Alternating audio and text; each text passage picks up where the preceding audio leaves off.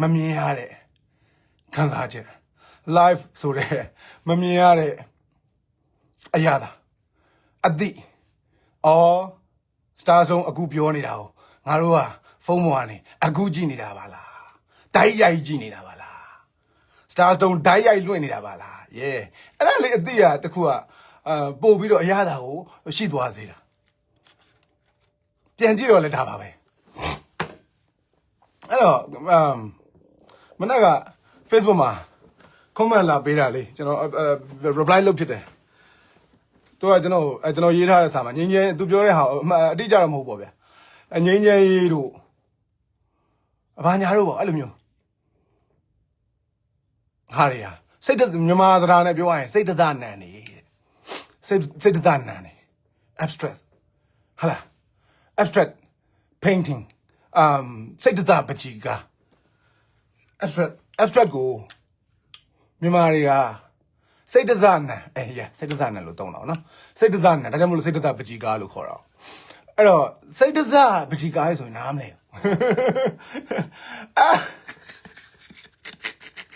ငါသားကြီးမလာခင်တော့ငါသမီးကြီးမလာခင်တော့အဲ့လိုပဲအိမ်မှာရှောက်ချစ်တာနင်တို့အဲ့ဒါဘာလဲအဲ့ဒါပကြည်ကဘယ်သူကဝယ်မှာမှန်ဒေါ်လာ1000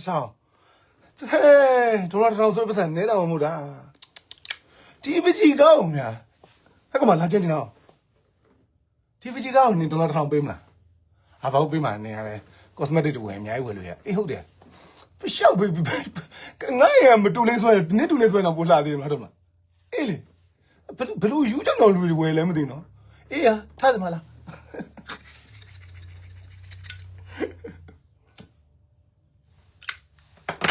အဲ့ဒီစိတ်တသနန်နေနဲ့ပတ်သက်ရင်ကျွန်တော်တို့နိုင်ငံက appreciation အားနေတယ် appreciate မလုပ်တယ်မမြင်ရတဲ့ငြိမ်းချမ်းရေးတို့ငြိမ်းချမ်းရေးကပျော့လားမာလားတမယာသီးတော့လို့ရတာမျိုးလားငြိမ်းချမ်းရေးတမယာသီးတော့လို့ရတာမျိုးလားငြိမ်းချမ်းရေးဟာဒူဘိုင်းချောကလက်လို့ဟာမျိုးလားငါအေးကောင်းမနင်စားဘူးလားငြိမ်းချမ်းရေးဘလို့စားဘူးမလဲငြိမ်းချမ်းရေးနေရလဲ online ကနေမှာလို့ရလဲမဟုတ်ဘူးငါတို့ဘွားတွေတော့ငါဘွားသေးွားကြည့်ပါသူလည်းငြိမ်းချမ်းရေးမိတာမဟုတ်ဘူးတခါမှ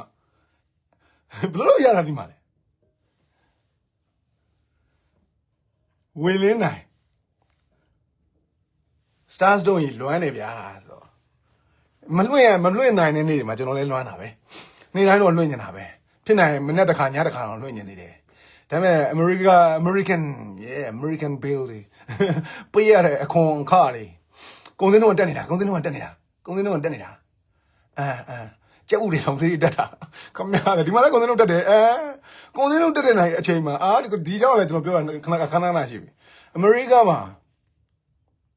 တမိုင်းမှာ American တမိုင်းမှာကိုရောက်လာတရက်ရောက်လာတလားတော့မပြေသေးဘူး American တမိုင်းမှာမပြေစဘူးအင်မတန်ရှားပါကုန်လဲမဖြစ်တော့မဖြစ်ဘူးလားမသိပါဘူးငွေကြေးဖောင်းပွားမှုဖြစ်နေဟာကိုမ America ရောက်တယ် fitness မှာဟာလာနိုင်ငံတကာသတင်းတွေလုပ်နေရတဲ့အချိန်ပေါ့ဟာ fuck ပဲစီသေးတကားလောင်$9ကျော်သွားတယ် fitness မှာကောင်းကွာငါလည်းကမဝယ်လို့မရတော့ရရင်သူ့ပေါ့စီသေးတက်တာမတက်တာငါကိစ္စမဟုတ်ဘူးကမဝယ်လို့မရတော့ fitness မှာလမ်းလျှောက်သွားလို့မရဘူးသေတတ်တယ်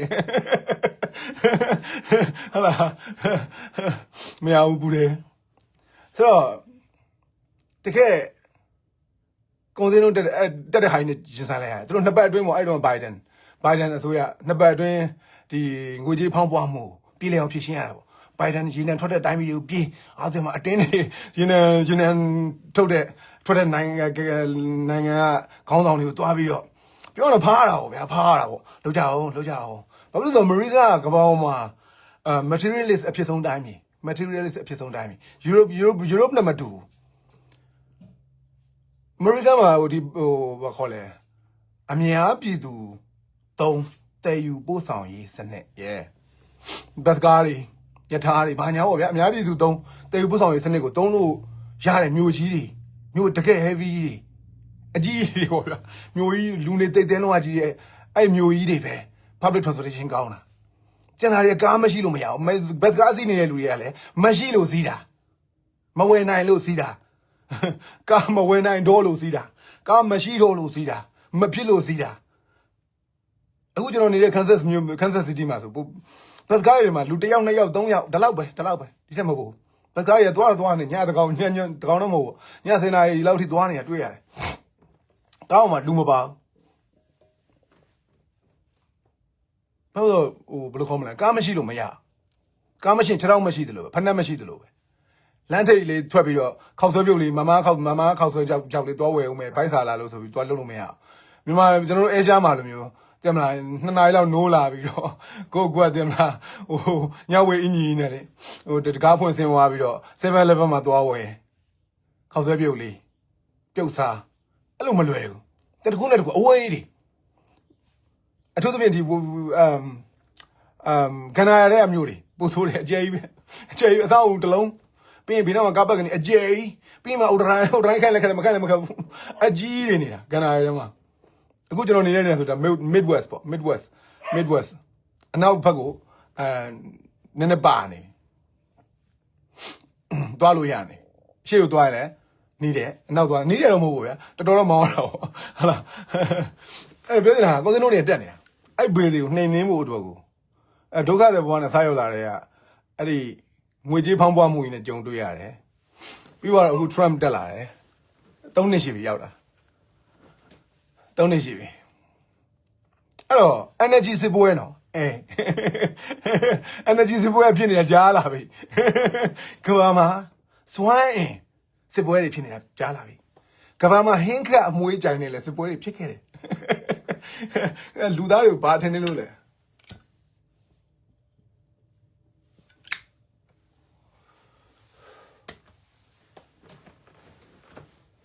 ဒါအင်အားကြီးနိုင်ငံတွေကြားထဲမှာစွမ်းအင်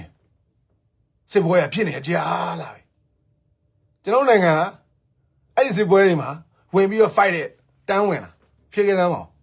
ကဘာမှာရှိတဲ့စစ်ပွဲတွေကဘာမှာရှိတဲ့အရေးတွေနဲ့အဲ့လိုဝင်ပြီးတော့ဖြစ်ရလောက်အောင်တန်းဝင်လာ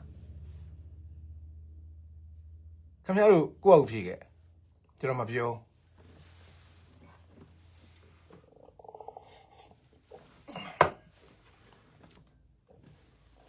အဲ့ဒီစစ်ပွဲတွေရဲ့ရိုက်ခတ်မှုတွေခံရတယ်အဲ့ဒီစစ်ပွဲတွေတိုက်နေတဲ့လူတွေရဲ့အတုံးချတာကိုခံရတယ်ဘာလို့တိုင်းပြည်ဆင်းရဲလို့တိုင်းပြည်ပညာမတတ်လို့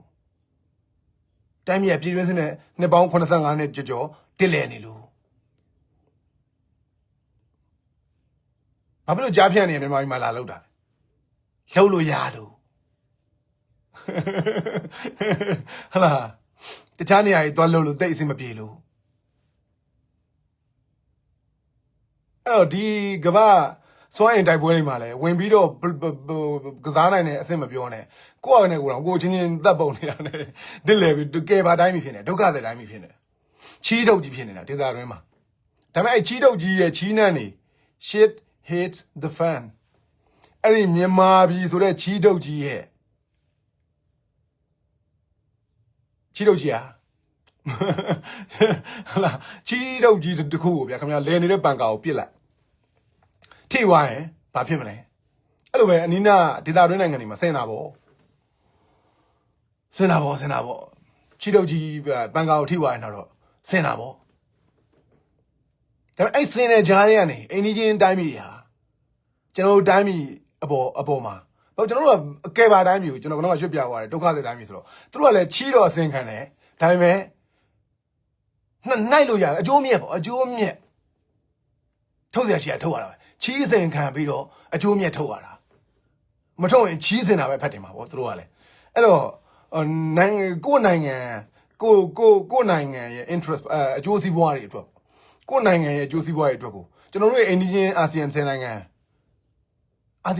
လောက်ပဲရှိပါအာဆီယံ10နိုင်ငံဟာလည်းကျွန်တော်တို့တိုင်းပြည်ရဲ့အပေါ်မှာတကယ်စေတနာမရှိဘူးဆိုတဲ့အကြောင်းကျွန်တော်ပြောခဲ့တယ်ကြားလာနေပြီဒီထဲမှာဂျိုသားတွေပါတယ်ဖြေခဲ့သမ်းပါကျွန်တော်အဲ့ဂျိုသားတွေဖြေခဲ့တဲ့ဟာလေးကျွန်တော်တွေ့ချင်တာခင်ဗျားတို့ဘယ်လောက်မှတ်မိလဲလို့အာဆီယံ10နိုင်ငံကကျွန်တော်တို့တိုင်းပြည်မှာတကယ်စေတနာမရှိဘူးဆိုတာကိုကျွန်တော်ပြောခဲ့တာဘယ်နှစ်နှစ်လောက်ကြာပြီလဲဒီထက်ကဂျိုသားတွေဖြေခဲ့ဗျာကျွန်တော်ပီတိဖြစ်ချင်လို့ခင်ဗျားတို့ရဲ့ comment တွေကိုကြည့်ပြီးတော့ ဒါတွေကိုအကျေတဝင်းပြောမှာမဟုတ်ဟိုတငယ်နာပျောက်သေးရောက်မှာရောက်မှာမဟုတ်ဘူးတငယ်နာပျောက်သေးတိုက်မှာဆိုတော့ဒါကူကနည်းနည်း intro ဝင်နေတာ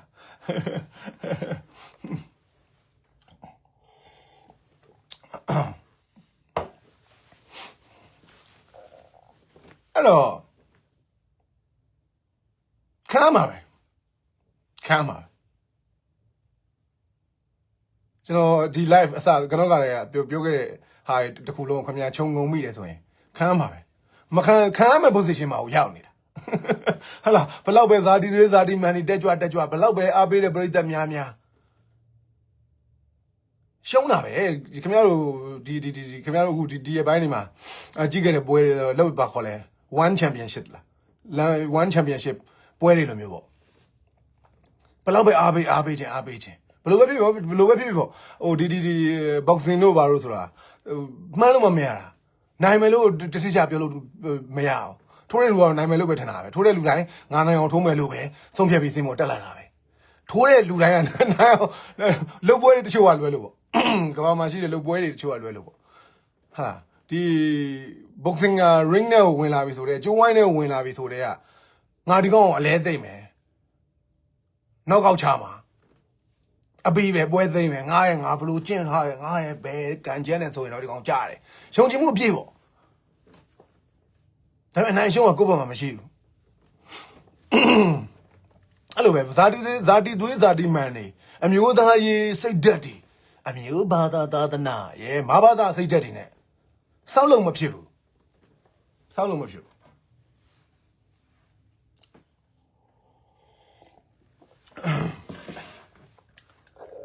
အဲ့တော့ကဲပါတိုင်းပြီဒုက္ခတဲ့တိုင်းပြီဘူချာလီတိုင်းပြီအခုဒီရက်ပိုင်းမှာမြင်နေရတဲ့သတင်းတွေကဘာမှမဆန်းဖြစ်မှာ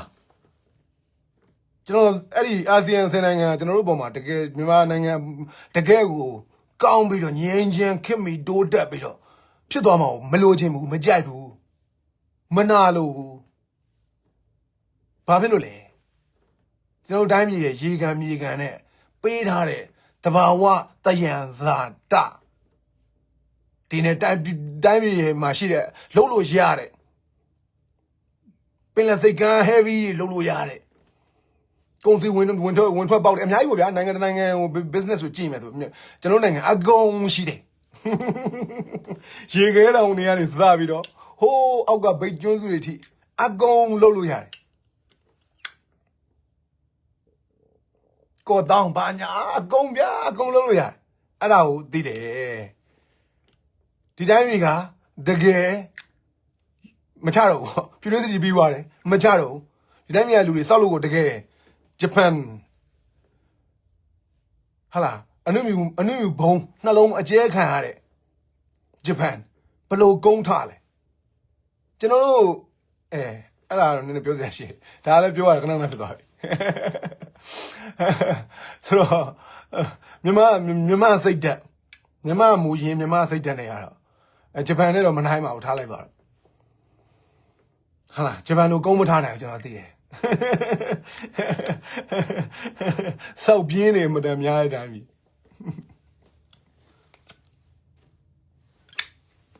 အဲ့တော့ပြောချင်တာမြန်မာပြည်ငင်းဝိုင်းပါဗျာစီးပွားရေးတိုင်းပြည်ငင်းစီးပွားရေးကောင်းပြီလေတိုင်းပြည်ငင်းစီးပွားရေးလောက်ကြပြီစီးပွားရေးလောက်ကြလို့လူတွေကစီးပွားရေးပြည်လည်နေပြီးတော့ပျော်ပါနေပြီးတော့ရှင်စောက်ပြဿနာတွေနေပါအောင်သဘောပေါက်လားမသိဘူးအဲ့လိုနိုင်ငံလုံးဆိုင်ရာစောက်ပြဿနာတွေနေသွားတာပေါ့မထွက်တဲ့ဒေါသတွေမထွက်တော့ဘူးပေါ့မနာလိုမဖြစ်တဲ့နာတွေမဖြစ်တော့ဘူးရက်ွက်ထဲမှာလည်းပြဿနာတွေနေသွားလိမ့်မယ်ဟုတ်လားတထွာလောက်ရှိတဲ့ scale လေးကိုဝစ်သွားလို့ရက်ွက်ထဲကလက်ဖေးဆိုင်က Hey တဲလေဘာညာအဲ့ထားတွေဒါရုပ်စွာအဆုံးပြောတာအဲ့ထားတွေပျောက်သွားတာဒါကျွဲကူးရိပ်ပါလို့ခေါ်တယ်တိုင်းပြည်ရဲ့ business ကောင်းသွားရင်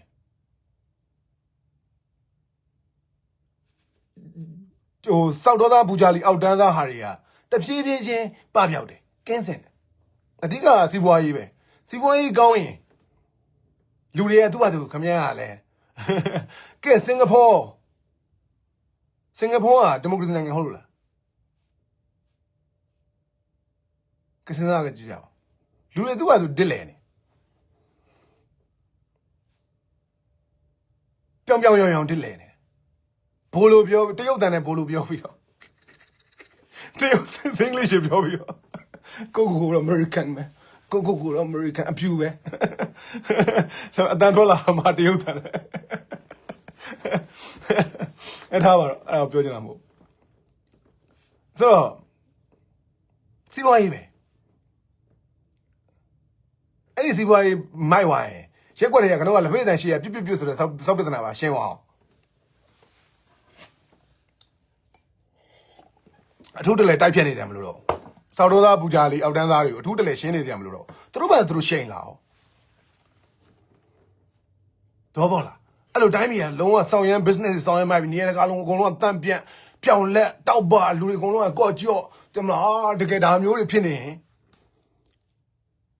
အဲ့ဘူဂျာလီအောက်တန်းသားစောက်တော်သားတွေကသူတို့ဘာသူတို့တဖြည်းဖြည်းနဲ့ရှိန်ပြီးတော့အဲ့လိုပြောင်လက်တွေကြားထဲမှာမဟုတ်ကောက်ကလည်းမလို့ရဲတော့မိတွေလင်းထိန်နေတဲ့ကြားထဲမှာမဟုတ်ကောက်ကလည်းမလို့ရဲတော့အများစုပြောတာအကုန်လုံးတော့ပြောလို့မရဟုတ်တယ်မှာကဘာမှာ crime တွေရှိတာပဲကျွန်တော်ပြောနေတာကအများစုကိုပြောတာရက်ွက်တွေကကိစ္စတွေပြဿနာတွေဟလာမှောင်ရိပ်ခိုစရာအမှောင်မရှိရင်မှောင်ရိပ်ခိုမှုဆိုတဲ့ဟာမရှိတော့ဒါအလွယ်ပြောတာရက်ွက်တဲ့ကိစ္စတွေပြောတာအဲ့တော့လင်းလက်တောက်ပါပြီးအယောင်တွေတကယ်ကိုထိန်တောက်ပြီးတော့တင်ပါလူတွေအကုန်လုံးကဒီနေ့ဘာစားမလဲဘယ်သွားမလဲဘယ်လောက်မူးအောင်တောက်မလဲဘယ်လောက်လျှမ်းမလဲဘယ်လောက်လိန်နေဆက်ဆံကြမလဲတင်ပါအဲ့လိုမျိုးတွေပေါ့ဘယ်လိုလောင်းကစားတွေသွားလောက်ကြမယ်ဘာညာပေါ့ဗျာနားတဲ့အချိန်ဒီမှာစောက်လို့တွေကိုအသိလောက်ကြမယ်စောက်လို့တွေကိုစောက်ရမ်းလောက်ကြမယ်နားတဲ့အချိန်ဒီမှာစောက်ရမ်းခဲ့တယ်ဆိုလို့ရှိရင်အဲ့ဒီအစိုးရအဖွဲ့ရှိလို့ရှိမှမသိတဲ့အစိုးရရှိလို့ရှိမှမသိရအစိုးရသူ့စောက်လို့ကိုသူလုပ်ရင်တိုင်းသူပြည်သားတွေကအစိုးရရှိလို့ရှိမှသိစရာမလိုနိုင်ငံရေးတွေအချိန်တိုင်းဖြစ်နေစရာမလိုစောက်ဖို့တွေပြင်းစရာခင်ဗျားတို့ရက်ွက်ထဲမှာကိုပြောရစလားနိုင်ငံရေးဒီနိုင်ငံရေးကြီးပေါ့နိုင်ငံရေးမဖြစ်ခင်တော့နိုင်ငံရေးကြီးရောဘယ်တော့ပြန်ကောင်းလာမလဲနိုင်ငံရေးကောင်းသွားရင်အဲ့ဒါမျိုးပေါ့ရက်ွက်ထဲမှာနိုင်ငံရေးလို့သုံးကြတာပေါ့နိုင်ငံရေးကြီးလို့သုံးကြတာနိုင်ငံရေးကြီးလို့သုံးကြတာ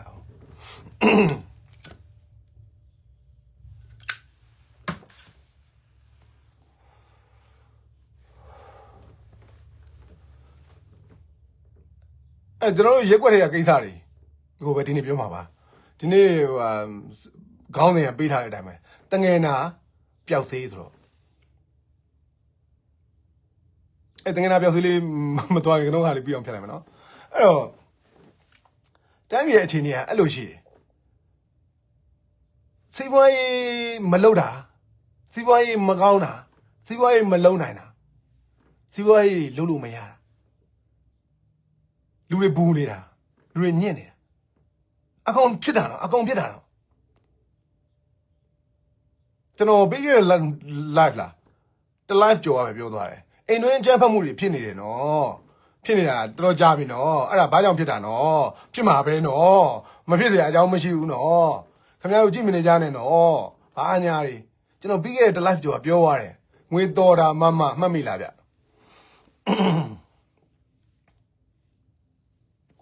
အိမ်တွင်းအကြမ်းဖက်မှုတွေဖြစ်စရာအရင်တည်းကလူမျိုးရဲ့ဒီနိုင်ငံမှာရှိတဲ့လူတွေရဲ့အကျင့်စရိုက်ကဒီလို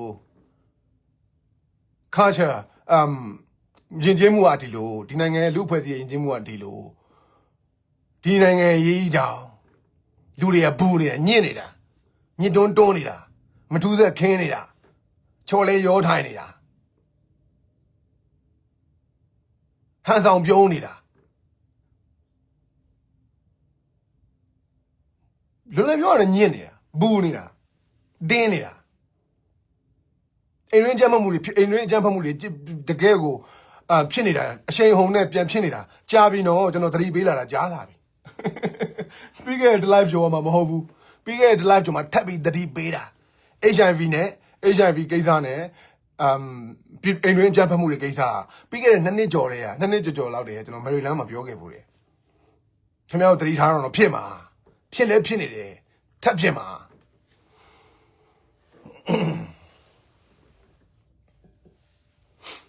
ကျွန်တော်တို့ပြောရင်လည်းအောင်မင်းလွန်ရကြအောင်မယ်ကျွန်တော်တို့ကတော့တွေးနေရတဲ့သတင်းတွေကသတင်းမဖြစ်ဘူးဖြစ်မှာလေဖြစ်မှာဘာကြောင့်ဖြစ်စရာအခင်းအကျင်းတွေကိုကျွန်တော်နှစ်ပေါင်းများစွာတင်ဆက်လာရရောတင်ဆက်လာရရောအင်တာဗျူးလုပ်လာတာရောသွားလာတာရောဘာညာထားတော့ဗျာကိုကျွန်တော်တွေ့ကြုံပေါ့ကျွန်တော်ရဲ့ရဲဝတ်သူဘဝအတွေ့အကြုံဒီရအဲ့တော့ဒီဟာရဲ့သတင်းမဖြစ်ဘူးဘာလို့ဖြစ်စရာဖြစ်မဲ့အခြေအနေတွေကိုတွေ့လာလို့ကချင်တကြောပြန်တိုက်ပွဲတွေကြောင့်စစ်ဘေးရှောင်နေရတာအခုဆိုရင်10စုနဲ့တစုကျော်သွားပြီအဲ့တော့10နှစ်ပြည့်အဲ့6နှစ်ပြည့်မှာတစ်ခါရောက်တယ်ကျွန်တော်6နှစ်ပြည့်လား9နှစ်10နှစ်ပြည့်လားကျွန်တော်မသေးခွဲတော့ sorry အခမ်းအနားလှုပ်တာကိုလည်းကျွန်တော်ရိုက်ကွေးလုပ်တယ်အဲ့ချက်တနိုင်းမှာတိုက်ပွဲတွေဖြစ်နေသွားတယ်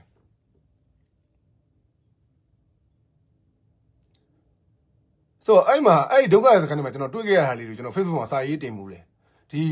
အပြိုရွယ်ကလေးလေးတွေအပြိုရွယ်လူပြိုပေါင်းလေးတွေဒုက္ခစခန်းတွေထဲမှာကြီးလာကြတယ်ပြဿနာတွေအများကြီးရှိတယ်လူမျိုးပြဿနာတွေအများကြီးရှိတယ်ဟောလူကုန်ကူမှုပြဿနာစိုးရိမ်စရာကောင်းတယ်နော်လို့ကျွန်တော်တို့လမ်းမှာရိုက်ကွေးတွေပြီးလို့ကားပေါ်တက်ပြီးတော့ဟိုတယ်ပြန်ရောက်တဲ့အထိကျွန်တော်လမ်းမှာပြောပြသေးတယ်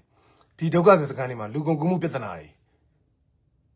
ဖြစ်လာနိုင်တယ်ပိုပြီးကြီးလာနိုင်တယ်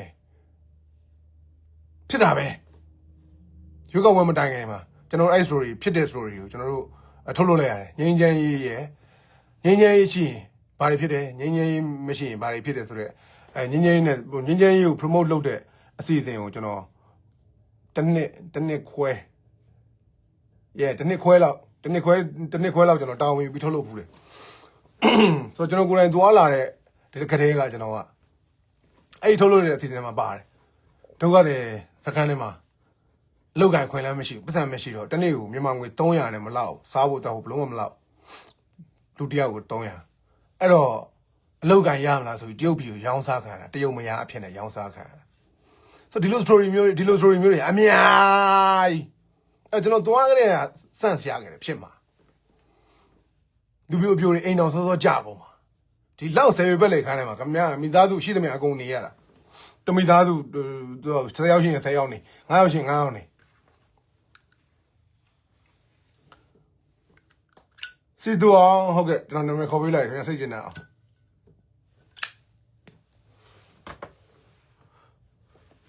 အဲ့ကျွန်တော်တို့ကတရင်မဖြစ်ဘူးဒါကစစ်ရဲ့အနေထိုင်ုံတွေကဇလန်းနေပဲဘာမှစမ်းတခြင်းမဟုတ်ပါလားအဲ့တော့အာဆီယံနိုင်ငံအိန္ဒိယနိုင်ငံတွေပေါ့ဗျာအိန္ဒိယနိုင်ငံတွေကကျွန်တော်တိုင်းပြည်မှာတကယ်စေတနာမရှိတာကတစ်သက်လုံးပဲဘာလို့အဲ့ဒါလူသားရဲ့စိတ်အခြေခံကြောင်းပဲစိတ်ထဲမှာမနာလို့ဘာလို့သိတယ်ကျွန်တော်တို့ဒီမြန်မာပြည်ရဲ့ဟိုဟာတယံဇာတာတွေနဲ့လုံနိုင်စွာနေတကယ်သာငြင်းချမ်းသွားရင်ဒီတိုင်းပြည်ဘယ်လောက်ဖြစ်သွားမလဲဒါဆိုရင်ငါတို့ဘာတွေအချောင်မရတော့ဘူးလေအနည်းဆုံးတော့လုံသားပေါ့ဈေးပေါ်တဲ့လုံသားတွေအချောင်မရတော့ဘူးပြီးရင်အင်းကြီးတွေတဘာဝတန်းငွေတွေဟာလာပေါ်များများဝယ်လို့မရတော့ဘူးသူတို့အတွက်အရန်လိုအပ်တယ်တဘာဝတန်းငွေတွေထိုင်းတို့အိန္ဒိယတို့ချိုင်းနာတို့အရန်ကိုလိုအပ်တဲ့တဘာဝတန်းငွေတွေတခြားတွေရှိသေးတယ်အဲ့တော့လက်ဗလောင်းတောင်ချင်းစီမံကိန်းကနောက်ထပ်45နှစ်လောက်ထုတ်လို့ရသေးတယ် contract ကလည်းထပ်ချုပ်လို့ရသေးတယ်တရုတ်နဲ့ဥပိုင်နဲ့အကျိုးတူဆိုတာသူတို့ percentage ရှိတာပေါ့ဥပိုင်ရတယ်နည်းပိုများတယ်နိုင်ငံကိုယ်နိုင်ငံဖြစ်တဲ့အတွက်ကိုကနည်းနည်းပိုပြီး percentage နည်းနည်းပိုများတယ်ပြောနေတာကတင်သတ္တတွေတောင်းနေလုံးလိုက်ရွှေ့လို့မရတော့ဘူးကြောက်သိန်းနေစေးပေါ်နဲ့မရတော့ဘူးကိုရှိရကြောက်သိန်းတွေကိုအတုံးလိုက်ဝယ် သူတို့ရှိရနီးပညာရေးနဲ့လေစာရေးပိုင်းနဲ့ပြက်ပြီးတော့ဖျားစင်းတူတွေတူမြန်မာတွေကိုပြန်ချင်းထဲမြန်မာတွေကပြန်ဝယ်အကားအစာကိုပြန်ဝယ်ကိုယ်နိုင်ငံကကြောက်စိမ့်နဲ့ကိုယ်ကိုပြန်ပြီးချင်းထဲအဲ့ဒါမျိုးတွေပေါ့သူတို့ကနီးပညာပဲစိုက်ဒါကခင်ဗျားတို့ဟိုထင်သာမြင်သာရှိတဲ့မြင်ရတဲ့ဟာလေးတွေစိတ်တသနာနေမပါဘူး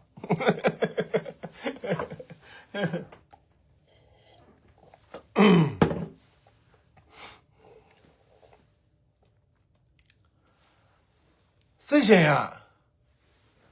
ကိုဟိန်းထက်အောင်ရင်စိတ်ရှင်ကမြင့်ပါလေတဖြည်းဖြည်းမြင့်လာတာလေထမ်းမြင့်ပါစစ်ပေါင်ပိုကျဲလာနေတယ်လို့ပြောတာကျွန်တော်2နှစ်ကျော်လာစစ်ပေါင်ကပိုကျဲလာနေတယ်ပိုကျဲလာမှာစစ်ပေါင်ပိုကျဲလာမှာခင်ဗျားတို့ပြည်သူတွေဘာတွေပြင်ကြပါပြည်သူတွေဘာတွေကိုစဉ်းစားကြပါဘာတွေကိုတောင်းတကြပါလိုချင်ကြပါဘာတွေကိုမျက်နှိုးကြပါတန်ဖိုးထားကြပါဘာတွေကိုတော့စောက်ဖတ်မလုပ်ကြပါနဲ့ဟုတ်လားပြေးစရာရှိဘလို့ပြေးကြပါအပြောလား2နှစ်ကျော်ပြီဗျာဟုတ်လားအိမ်သားတွေသွားလုပ်ကြရတဲ့လူတွေအလွတ်တောင်ရနေပြီအလွတ်တောင်ရနေပြီအဲ့တော့ကျွန်တော်တခြားနေရာတွေထပ်မဝေးခင်ခင်ဗျားမေးကုန်ကျွန်တော်တူဖြေလိုက်တာစစ်ပေါင်ကပို့ကျလာမှာကျွန်တော်ပြီးခဲ့တဲ့လာတဲ့ရပဲပြောခဲ့သေးတယ်ခင်ဗျားတို့မနေ့မိုးလင်းလာလို့မျက်စိနှလုံးပွင့်တာနဲ့အရင်ဆုံးခေါင်းထဲမှာစဉ်းစားရမှာငါနေထိုင်ရာအရက်ဒီမနေ့ကထက်ပိုဆိုးတဲ့ပြည်တွင်းစစ်ဖြစ်ပွားနေရအချင်းကြီးဆိုးနေတဲ့နေရာကြီးတစ်ခုဖြစ်ကြောင်းကိုခင်ဗျာမမိတ်မတုံနားလေခံစားနားလေပြီးဖြစ်ရလိမ့်မယ်သဘောပေါက်ပြီးဖြစ်ရလိမ့်မယ်ငါအဲ့မှာနေရတာဆိုတော့မနေ့ကတည်းကပိုဆိုးမှာပဲတနေ့တနေ့ပိုဆိုးမှာအဲ့ဒါရှောင်းလို့မလို့တော့စိတ်မကောင်းဒါပေမဲ့အဲ့ဒါရှောင်းလို့မလို့တော့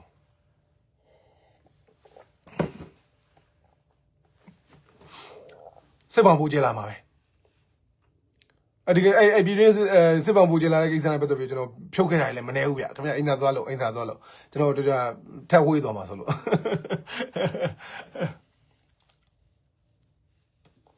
ဆိုတော့ပြည်သူ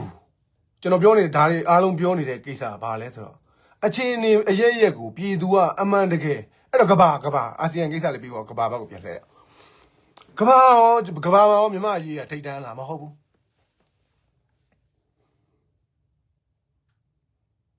ငါတို့အမေရိကန်ရောက်ငါတို့အရေးကိုစိတ်ဝင်စားလားဟမ်အမေရိကန်မှာနေတဲ့ပြည်သူတွေကမြန်မာငါတို့ဒီလောက်ခံစားနေရတယ်သိလားဟမ်သိဘူးအများစုမသိဘူးလူအများစု percentage ရာခိုင်နှုန်းအများစုမသိဘူးလူတန်းစားတလွာလေးပဲသိတာ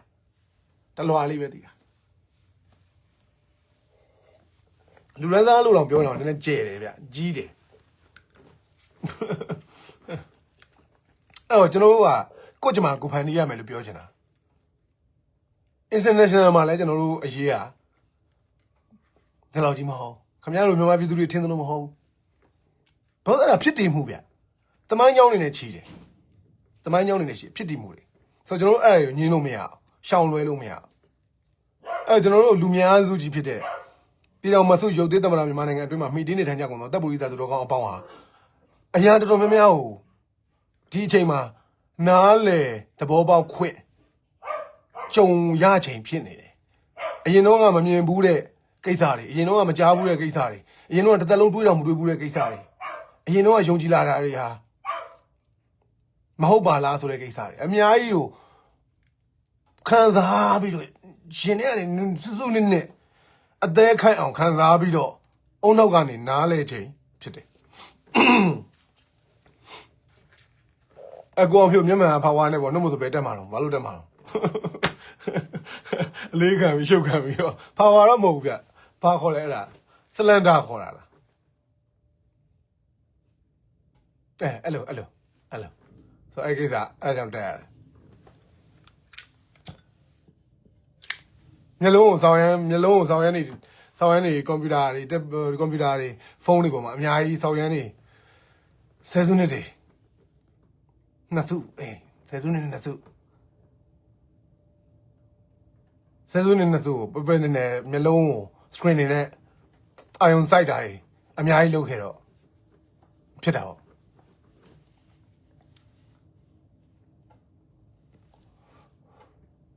မမြင်ဘူးလားဆိုတော့မြင်ရတယ် ဆရာဝန်တွေပြောတဲ့ပုံနဲ့အရာတော့တချို့ဟာ color blind လို့မဟုတ်ဘူးဗျာ तू က lazy eyes ပေါ့ lazy eyes ဖြစ်သွားနိုင်တယ်လို့ပြောတယ်မျက်မှန်မတက်ရင်ဘာကျွန်တော်လည်းမေးတယ်လေမတက်ချင်လို့မျက်မှန်မတက်ရင်ဘာဖြစ်မလဲ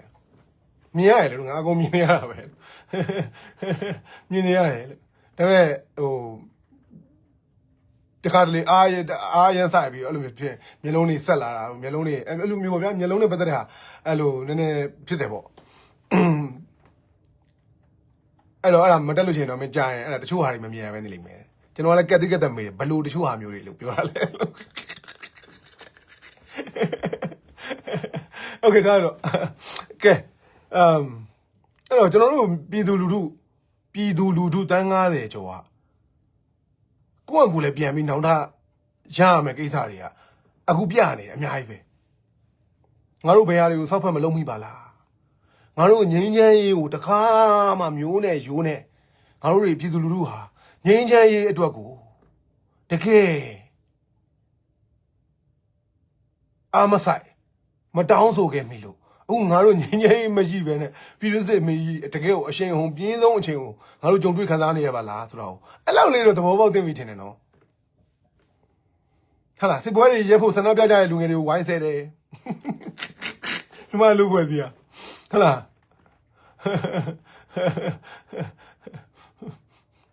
လုတ်ခဲ့တာပဲဟာလားမမေ့အစိုးရလက်ထက်မှာဆန္ဒပြလားဆိုပြီးတော့ဟာလားငင်းငယ်ရေးကိုတောင်းဆိုတဲ့လူတွေကိုဝိုင်းဆဲတယ်ဟိုကနေပေးစားဒီကနေပေးစားတယ်ဝိုင်းကျုံလို့တယ်မဝန်းရင်တော့လူမစီဘူးဟာလားလူမစီဘူးအဲ့တော့ငိမ့်ချမ်းရေးတိုင်းပြည်မှာငိမ့်ချမ်းရေးပြည်တွင်းစစ်နဲ့နေပြီးတော့ငိမ့်ချမ်းရေးကိုတကယ်ပဲလူများစုကြီးအတွက်မလှုပ်ရှားခဲ့ကြအောင်ဒီလူဖွဲ့စီဟာဒါကြောင့်မငိမ့်ချမ်းဘူးလေဗာများစမ်းလို့လေဘာတွေပတ်စင်စားနေဘာတွေပတ်စင်စားငါတို့ဒီနေ့မငိမ့်မချမ်းတဲ့ဘဝတွေခံစားရတာဒါပဲလေဘာများစမ်းကြလို့ဘာတွေဘယ်နှမှာသွားရှုပ်နေ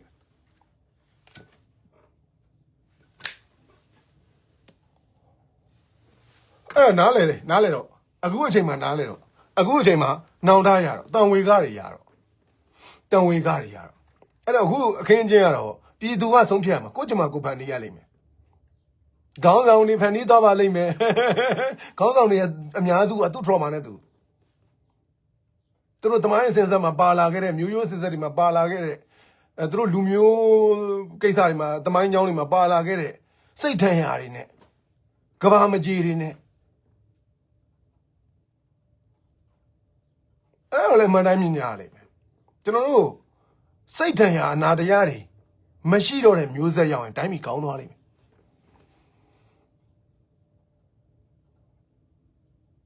တော့ဘောလားမသိအမုန်းတရားတွေမရှိတော့တဲ့နေ့တိုင်းပြည်ကောင်းသွားလိမ့်မယ်သမိုင်းကြွေးတွေမရှိတော့တဲ့နေ့တိုင်းပြည်ကောင်းသွားလိမ့်မယ်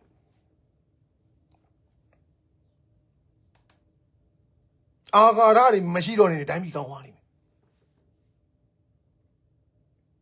အဲ့ဒီမျိုးဆက်ကိုခင်ဗျားတို့ထူထောင်နေပြီလားစိတ်ဒဏ်ရာတွေမရှိတဲ့မျိုးဆက်ကိုခင်ဗျားတို့မွေးထုတ်နိုင်ပြီလားမယရနာဖြေကြည့်ပါလားကိုရဲကိုဖြေခဲ့ Alien 99ဖြေခဲ့အောင်စီဖြိုးပိုင်ဖြေခဲ့နိုင်ငံတော်တခြင်းအစပြောင်းတင်တာပြောပြီးပါပြီခမည်းအိမ်သာမလုပ်ထားဘူးမေရီလမ်းမှာတမုံဖြုတ်တဲ့အချိန်တွေတုန်းကအများကြီးပဲကျွန်တော်ဖြုတ်ထားတာနဲတာမဟုတ်အဲ့ဒီခဏမေကုန်းလေးဖြေခဲ့နော်စိတ်ဒဏ်ရာတွေမရတဲ့ကလေးတွေမွေးထုတ်နေပြီလား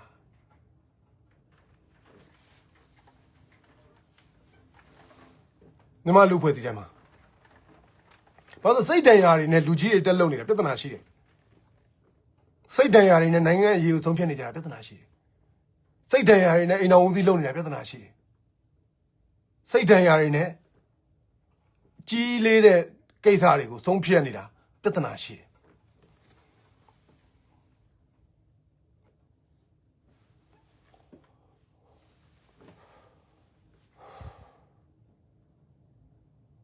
ကျွန်တော်စကားအကုန်နေပြီနော်တိုင်းပြည်ဘယ်တော့ကောင်းမလဲအဲ့ဒီစိတ်ဒဏ်ရာတွေမရအောင်မွေးမြူထားခံရတဲ့မျိုးဆက်တိုင်းပြည်ထဲမှာလူကြီးတွေတက်လောက်ကြတဲ့အချိန် company တွေမှာ director တွေလောက်ကြတဲ့အချိန်ညွှန်ကြားမှုတွေလောက်ကြတဲ့အချိန်ဦးစီးမှုတွေလောက်ကြတဲ့အချိန် manager တွေလောက်ကြတဲ့အချိန်ဆရာဝန်တွေလောက်ကြတဲ့အချိန်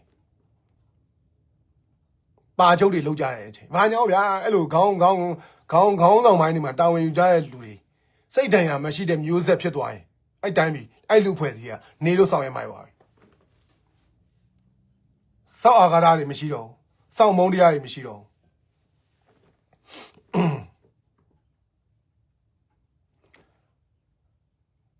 ကိုဖေကောင်းတာတီးရောင်းတာကိုဘာလို့ဝယ်တာလဲမဝယ်နဲ့လေလာရောင်းနေတာဘာလို့ဝယ်တာလဲကိုဖေကောင်းရဲ့တတိကိုထားလိုက်ပါတတိကတောင်ပြင်မှာသူ့ဘာသူခင်ဗျာပစိုးကွင်းပြောက်ကတိုင်းပြီးတော့ထိုင်းရည်လေးမူးနေရရင်ကျင်းတဲ့တတိတွေကိုထားလိုက်စမ်းပါခင်ဗျာလေကိုဖေကောင်းရဲ့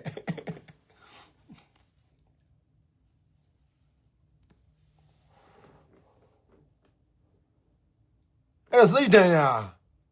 မရတဲ့မျိုးဆက်ကိုမွေးထုတ်တဲ့ကိစ္စဟာဒီအချိန်မှာအရန်ခတ်တယ်စောက်ရန်ခတ်တယ်ကိုသားသမီးစိတ်တန်ရာမရအောင်မွေးဖို့ဒီအချိန်ကအခက်ဆုံးအချိန်ပဲအခက်ခဲဆုံးအချိန်ပဲကျွန်တော်ကလေးပေါင်းပြောများစွာတန်းနဲ့ချီတဲ့ကလေးတွေအတွက်ကျွန်တော်စိတ်မကောင်းစစ်ကြီးထဲမှာလူဖြစ်ကြရတဲ့ကလေးတွေသူတို့မှာစိတ်တန်ရာတွေပါသွားတော့မှာအဲ့ဒါတွေပြန်ကူရတဲ့လုပ်ငန်းစဉ်တက်လောက်ကြအောင်ပါမြမလူဖွဲ့စီမှာတော့စိတ်တန်ရာတွေကိုကူတဲ့လုပ်ငန်းစဉ်လုပ်လို့မရှိဘူးကွမြမလူဖွဲ့စီဟာစိတ်ချမ်းမာကြီးကိုကျူးမဆိုင်ကြဘူးကွမြမလူဖွဲ့စီဟာစိတ်စရာဝင်နေတွေ့ရတာကြောက်တယ်ကွဟလားမြမလူဖွဲ့စီဟာအကျော်သေးပဲထိုးချင်တာ body ကိုပဲအကျော်သေးထိုးချင်တာစိတ်ကိုအကျော်မလျှော့ချင်မြမလူဖွဲ့စီကစိတ်တစနဲ့ပတ်သက်ရင်စောက်ရမ်းအားနေတယ်မြမလူဖွဲ့စီကမမြင်ရတဲ့စိတ်တစနဲ့အနေနဲ့ပတ်သက်လာလို့ရှိရင်ဘာမှခံစားနားမလဲဘူးတန်ဖိုးလည်းမထားဘူးသူခံစားနားမလဲလို့တမိုးမထားဘူးစောက်ဖတ်မလို့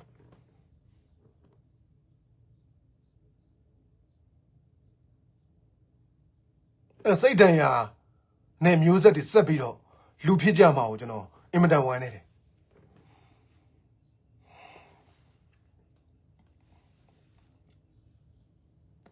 အဲ့ခင်ဗျားတို့ဂျိုသားတွေဂျိုသူတွေဆိုလို့ရှိရင်ကိုသားသမီးတွေကိုဒီအခြေအနေကြီးထဲမှာစိတ်တန်ရာမရအောင်သူတို့မှန်ကန်တဲ့အတွေးလေးတွေစကားလေးတွေပြောပေးကြပါမြမလူဖွဲ့စည်းတွေမှာအိမ်တော်တွေသာပြုတ်လာတာတငယ်နာမစင်တဲ့လူတွေအများကြီးပဲမြမလူဖွဲ့စည်းမှာအဖိုးအဖွားနေရတာရောက်လာတာတငယ်နာမစင်တဲ့လူတွေအများကြီးပဲမြမလူဖွဲ့စည်းတွေမှာအစိုးရလူကြီးတွေသာဖြစ်နေတာတငယ်နာမစင်တဲ့လူတွေအများကြီးပဲမြမလူဖွဲ့စည်းမှာ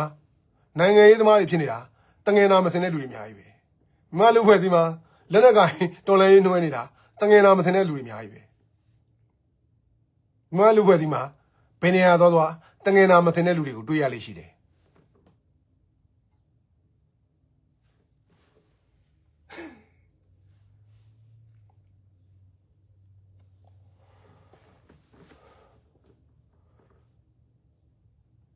ငွေတော်တာမမ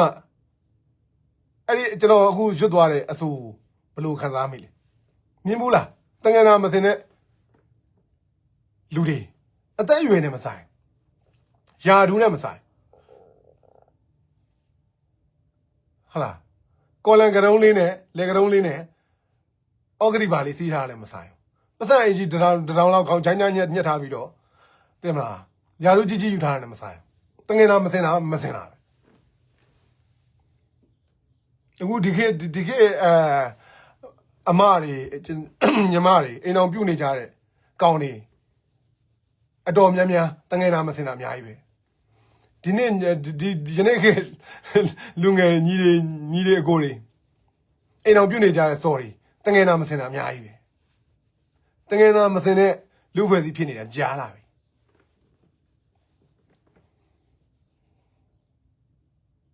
ဟုတ်လား ကျွန်တော်ပြောတာလွန်လားမသိဘူးကိုပေါ့ခေါင်းထဲမှာရေးပြန်တွေးကျွန်တော်ပြောတာမယုံနဲ့ကျွန်တော်ပြောတော့ကြားရတယ်မယုံနဲ့ please don't do it မယုံနဲ့တငယ်နာမစင်နဲ့ဆိုတဲ့စကားကိုခင်ဗျားနားလဲယောဂကိုပြောတာမဟုတ်တငယ်နာယောဂပျောက်သေးမဟုတ်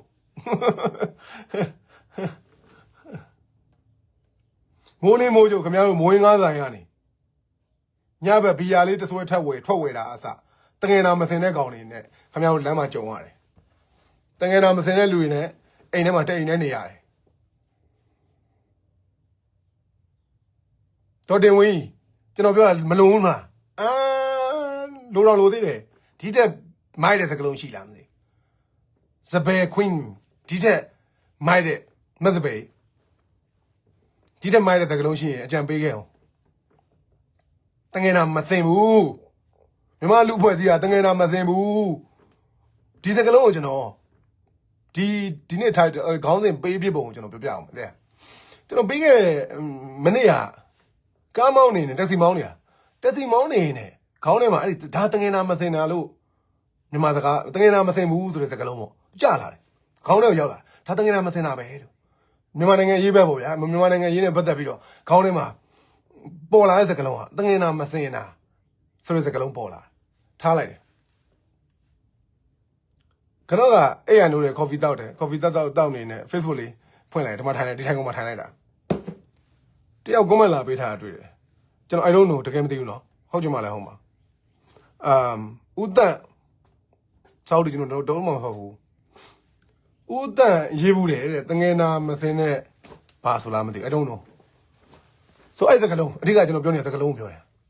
တငယ်နာမစင်ဘူးဆိုတဲ့စကလုံးဆိုရပတ်သက်ပြီးတော့commentရောက်လာတယ်အဲ့တော့ဟာဒါဆိုရင် live လွှင့်ရမှာပေါ့တငယ်နာမစင်တဲ့ကိစ္စနဲ့ live လွှင့်ရမှာပေါ့တည်ကြသွားပြီ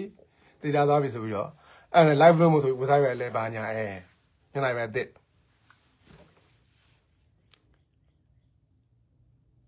အဲ့တော့တငယ်နာပျောက်သေးဆိုတဲ့ခေါင်းစဉ်ကလွှင့်ခံပြီးမှကြာလာတယ်မြမလူဖွဲ့စီဟုတ်တယ်တကယ်တငယ်နာမစင်တာခင်ဗျားတို့လက်ဖေးတိုင်းမှာဘေးဝိုင်းကကြားနေတဲ့စောက်ပြဿနာလှည့်ကြည့်လိုက်တော့စောက်သက်ကြီးတွေဟာအခုဒီကိစ္စလောက်ကိုနားမလည်နိုင်ဘူးဖြစ်နေတာစောက်ပြဿနာတွေတက်နေတာတကယ်အကြီးအကျယ်တွေပြောနေတာခင်ဗျားတို့လေ့လာဘူးလားအဲ့လိုလေ့လာဘူးလားမြန်မာလူဖွဲ့စီကိုကျွန်တော်ကတော့အသက်20မြန်မာပြည်မှာနေခဲ့တဲ့အချိန်ထိလဲအဲ့လိုလက်ဖေးတိုင်းထိုင်လဲလေ့လာဘီယာတိုင်းထိုင်လဲလေ့လာတယ်မြန်မာလူဖွဲ့စီကိုအဲ့လိုလေ့လာတာပြီးတော့ဒေါ်သန်းစုကြည်လက်ထက်9နှစ်ပြန်နေတဲ့အချိန်မှာလဲလေ့လာတယ်ရောက်ရနေအောင်မြန်မာလူဖွဲ့စီကိုလေ့လာ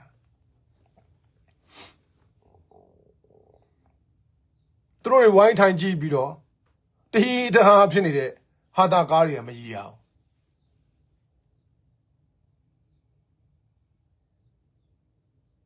သူတို့တွေအချင်းချင်းပြောဆိုပြီးစနောက်နေတဲ့စကားတွေဟာတကယ်ပြောရင်စောက်ကလေးတွေတကယ်ကလေးဗျာကလေးလေးတွေကျွန်တော်ရှင်နေမှာအဲ့လိုခံစားရတာကလေးလေးတွေဘာမှလူလောကကြီးအကြောင်းမသိသေးဘာမှအတွေ့အကြုံမရှိသေးဘာမှသိမသိတဲ့ကလေးလေးတွေလူပဲ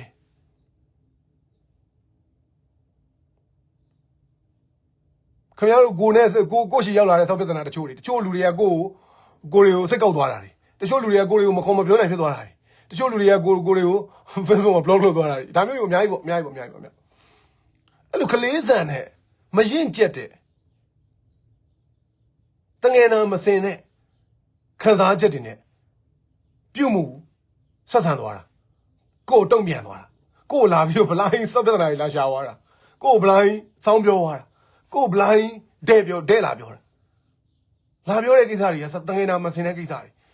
တခြားခင်မီဖွံ့ဖြိုးတိုးတက်သွားတဲ့ကမ္ဘာနိုင်ငံယဉ်ကျေးမှုအစဉ်တန်းမြင့်မားတဲ့ကမ္ဘာနိုင်ငံတွေမှာဒါမျိုးမကြောက်ဒီလိုကိစ္စတွေကစိတ်ဆိုးစရာမဟုတ်ဘူးဒီကိစ္စတွေကစကားရတဲ့ပြောစရာမလိုဘူးဒီကိစ္စပြောကိုပြောရမှာမပြောကလေးလိုပဲကလေးဓာတ်တွေဟုတ်တယ်ငွေတော်တာမမငွေတော်တာမမဒီညရောင်းကောင်းတယ်ကလေးဓာတ်တွေလေဟုတ်တယ်ကလေးဓာတ်အဲ့တော့ကလေးဓာတ်တွေမလို့ကျွန်တော်ပြောအဲ့ဒါကိုပြောတငယ်နာမစင်ဘူးကျွန်တော်မြန်မာလူဖွဲ့စီတငယ်နာမစင်ဘူးမြန်မာလူဖွဲ့စီတွေမှာရက်ွက်ထဲမှာမိသားစုတွေထဲမှာ နေ့အဲ့လိုပြောနေစိုးနေရတဲ့ဟာတွေဆောက်ပြဿနာတွေတက်နေတဲ့ဟာတွေညှင်းခုန်နေရတဲ့ဟာတွေအဲ့တွေကပြောရင်တငယ်နာမစင်တဲ့ပြဿနာတွေဆောက်ကလေးထားတယ်ခမရယူရိုပတို့အမေရိကတို့မှာဆယ်ကျော်တက်တွေစကားပြောတာသူတို့ချင်းချင်းစကားပြောတာတွေ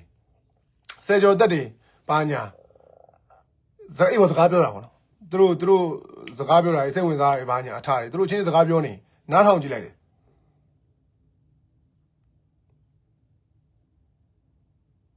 ဘယ်လိုခုံးလဲကလေးတာမတွေ့ရတခါကျရင်စောက်ကလေးတွေကလူလေးကြည့်တော့စောက်နိုးလည်းမစင်သေးဘူးပြောနေတဲ့စကားတွေကငါတခါကျရင်ကိုတော့တခါကျရင်စိတ်ထဲအဲ့လိုဖြစ်မိတယ်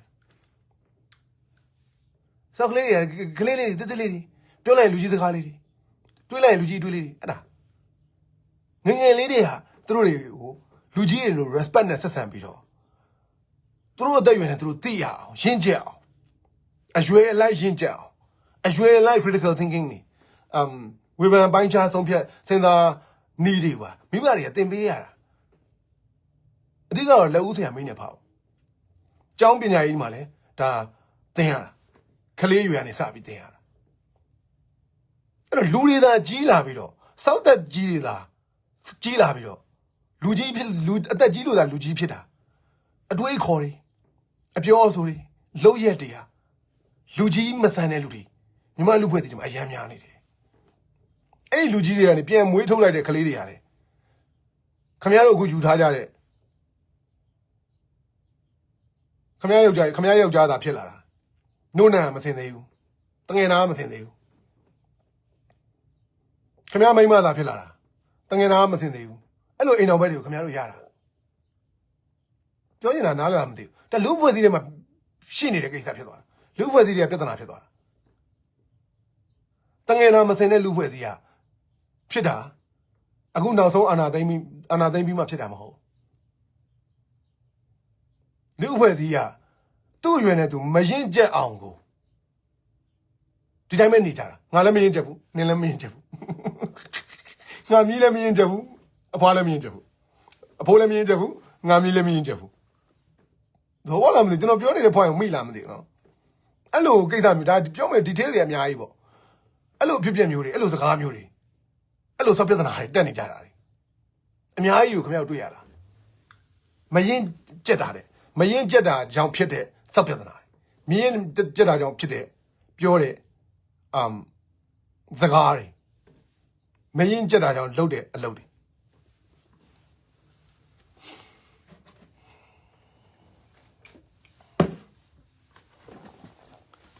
အဲ့တော့လူကြီးတွေကပါ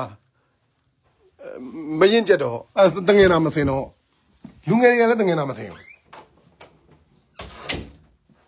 လူဖွဲ့စီအဲ့လိုဖြစ်သွားတာတငယ်နာမစင်တဲ့လူဖွဲ့စီဖြစ်သွားတာသဘောပေါက်လားမသိဘူးနော်အဲ့တော့ပြောနေတယ်ကော်ဖီလာခဲ့တာကော်ဖီခွဲကြံခဲ့တယ်ဒီမှာမောင်စုထွက်မှာဆိုလို့သဘောပေါက်လားမသိဘူး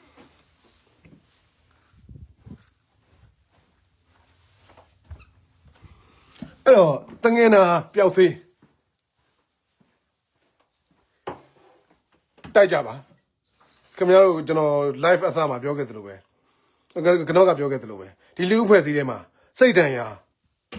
ကင်းစင်တဲ့ကလေးတွေမွေးထုတ်ဖို့အရေးကြီးလိုအပ်တယ်ဆိုတာကိုသိရင်အဲ့ဒီကလေးတွေကိုအရွယ်နဲ့သူ့အရွယ်နဲ့သူလွတ်လွတ်လပ်လပ်အဲ့ဒီသူ့အရွယ်နဲ့သူသိရမယ်ဟာတွေကိုရင့်ကျက်အောင်ရှေ့ရမျိုးဆက်ဆက်ကတငယ်နာမစင်တဲ့လူတွေလိုမျိုးအတွေးခေါ်တွေမဖြစ်အောင်ကလေးတွေကိုပြုစုပြောထောင်ကြဒီတနည်းပဲရှိတယ်ဒီတနည်းပဲရှိတယ်လူငယ်တွေကိုပြုစုပြောထောင်ကြအဲ့တနည်းပဲရှိတယ်သဘောပေါက်လားမသိဘူးအရင်ရေးကြည့်နေတယ်အရင်ရေးကြည့်လို့ပြောတာငုံဆိုကျွန်တော်မပြောဘူးဘာလို့လူပွဲစည်းကတငယ်နာမစင်တဲ့အတွက်သုတ်ပြဿနာတွေဘယ်တော့မှရှင်းလို့ဆုံးမှာမဟုတ်တော့နိုင်ငံနဲ့ချီလာတဲ့သုတ်ပြဿနာတွေပါဖြစ်လာအောင်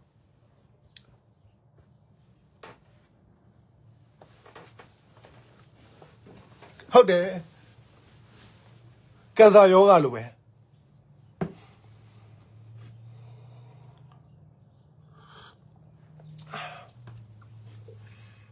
အမြင့်တွင်နေကြားလာပြီ အဲ့တော့မြန်မာလူဖွဲ့စည်းထဲမှာတငယ်နာပျောက်စေးကိုတိုက်ဖို့တောင်းဝင်ခင်ဗျားတို့အကုန်လုံးမှာတောင်းဝင်ရှိတယ်ဘာလို့နှုတ်မဆိုရင်အဲ့တငယ်နာမစင်နဲ့အဲ့ဒီစောက်တွေးခေါ်တွေစောက်အဲ့ဒီတငယ်နာမစင်နဲ့ဟာကြောင့်ဖြစ်လာတဲ့စောက်တွေးခေါ်အဲ့ဒီစောက်တွေးခေါ်ကနေဖြစ်လာတဲ့စောက်ခံစားချက်အဲ့ဒီစောက်ခံစားချက်ကနေဖြစ်လာတဲ့အပြုအမူဆုံးဖြတ်ချက်လုပ်ရက်အဲ့ဒါတွေဟာကျွန်တော်တိုင်းမှာရှိတယ်လူအဖွဲ့အစည်းထဲမှာရှိတယ်နိုင်ငံရေးပြဿနာတွေကနေအစဟိုးချောင်းကြားကရက်ွက်လေးတွေကအထိသွားတာအဲ့ဒီတငင်နာမစင်တဲ့ပြဿနာ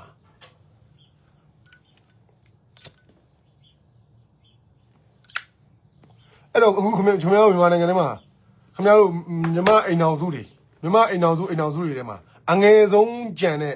ကလေးကိုအငယ်ဆုံးဖြစ်တဲ့ကလေးကိုခင်ဗျားတို့ပိုးမွေးသလိုမွေးကြပါဘာလို့အဲ့ဒီဟာတွေဟာအနာဂတ်ဖြစ်လို့ကျွန်တော်တို့နိုင်ငံရဲ့အနာဂတ်ဖြစ်လို့အဲ့ကလေးတွေကိုကျွန်တော်ပြောသလိုစိတ်တန်ရာတွေမရအောင်တငယ်နာကင်းစင်အောင်မွေးကြပါအဆောက်ရန်ရေးကြီးလို့အငယ်ဆုံးတော့အဲ့ဒီအငယ်ဆုံးကိုမွေးအဲ့ဒီအငယ်ဆုံးကိုကာဝယ်ပြည်တွင်းစစ်ရဲ့စိတ်တန်ရာတွေသူတို့မှကြီးမားမရတော့အောင်ကာကွယ်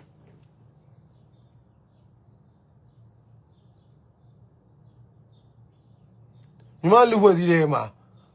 မရှိတဲ့ဟာတွေဥပမာလူတွေကိုချစ်တတ်တာလိုမျိုးတိရစ္ဆာန်လေးတွေကိုချစ်တတ်တာချစ်တဲ့စိတ်တန်မိုးထားတဲ့စိတ်တွေကမိန်ပြောက်ွယ်စိတ်တသနန်တွေဟာမြန်မာလူဖွဲ့စည်းတွေမှာဘောင်းမဝင်ဘူးအဲ့တော့အဲ့စိတ်တသနန်တွေကိုအားကောင်းအောင်ပြောရင်လက်ယုံရည်ထက်နှလုံးရည်အားကောင်းအောင်အဲ့ကလေးတွေအငယ်ဆုံး generation ခင်ဗျားတို့မိသားစုထဲမှာအိမ်ထဲမှာအမျိုးထဲမှာအငယ်ဆုံးတွေကိုနှလုံးရည်အားကောင်းအောင် body ကိုပဲ gym သွားပြီးတာနေတဲ့လူများတာမမြင်ရတဲ့ body ကိုပဲ gym မှာသွားပြီးတော့ six pack ထွက်အောင်လုပ်တာနို့ကြီးခြင်းလို့ဆီလီကွန်ထည့်တာဖင်ကြီးခြင်းလို့ဆီလီကွန်ထည့်တာအဲ့ဒါမမြင်ရတဲ့ body ကိုလှအောင်လုပ်တာ sexy ဖြစ်အောင်လုပ်တာအထဲမှာရှိတဲ့စိတ်ဝိညာဉ်ဒါဘိုးတော်ဖေကလေးဘက်သွားတော့တငယ်နာမစင်တဲ့စိတ်ဝိညာဉ်ကြီးနဲ့အဲ့လူတရားကခင်မိတဲ့ modernize ဖြစ်တဲ့21ရာစုလူသားဖြစ်လာ AI ခေတ်ကဘာမှာခင်မမီနေတဲ့လူသားဖြစ်မှာ body ကတော့ဖင်တွေရောနို့တွေရောအကုန်လုံးရှိသမျှနှကန်းတွေရောအကုန်လုံးမျက်လုံးတွေရောမျက်တောင်တွေရောအကုန်ရှိသမျှအကုန်လုံးလုံးဝအတုစက်ချီဖြစ်အောင်လှအောင်လုပ်တာအထက်ကစိတ်ဝိညာဉ်ကဘိုးတော်ဖေကလေးဘက်တော့တငယ်နာမစင်တဲ့စိတ်ဝိညာဉ်နဲ့အဲ့လူတယောက်ကအဲ့စိတ်ဝိညာဉ်အတိုင်းဖြစ်တာအဲ့လူဟာ body ကိုကြည့်တာမဟုတ်မြင်ရတဲ့ body ကိုကြည့်တာမဟုတ်သူဟာဘလို့လူမျိုးဆိုတာသူ့ရဲ့စိတ်ဝိညာဉ်ကိုကြည့်ပြီးတော့ကျွန်တော်တို့ကခံစားရတာ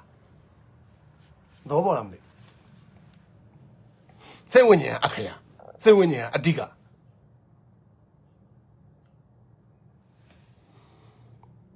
အဲ့မြန်မာလူဖွဲ့စည်းတယ်မှာတငယ်နာပျောက်စေးတိုက်ဖို့လိုရတယ်တိုက်ကြပါ please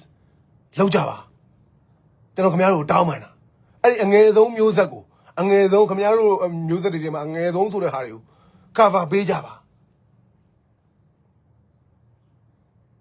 မြန်မာလူဖွဲ့စည်းထဲမှာတိမ်မြုပ်ပြောက်ွယ်နေတဲ့ဟာတွေအဲ့ကလေးတွေမှာတက်ဆင်ပေးကြပါ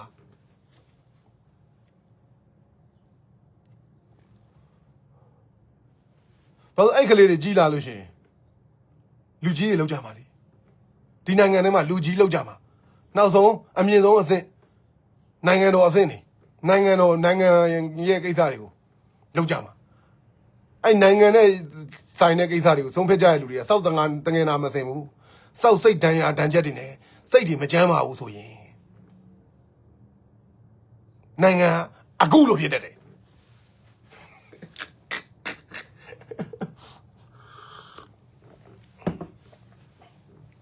ရှင်းမလားဒီလောက်ဆိုမြင်ပြီရှင်းတယ်နော်ခင်ဗျားတို့ချိန်နေကျွန်တော်အများကြီးမသုံးချင်ဘူးအရေးကြီးတယ်အရန်အရေးကြီးတယ် အဲ့ဒီတငယ်နာမစင်တာတငယ်နာမစင်တဲ့လူဖွဲ့စည်းဖြစ်နေတာကြောင့်တငယ်နာစင်တဲ့လူတွေဟာအဲ့ဒီလူဖွဲ့စည်းတွေမှာအသက်ရှူကျက်တယ်နေရထိုင်ရခတ်တယ်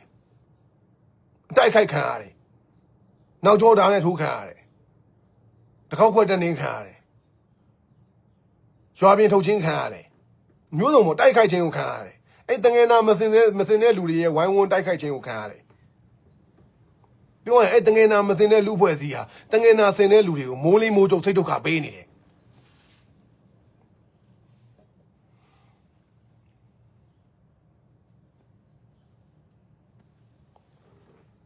အဲ့ကြောင့်မလို့နိုင်ငံအရေးနဲ့ချီတဲ့ဟာတွေမှာလဲ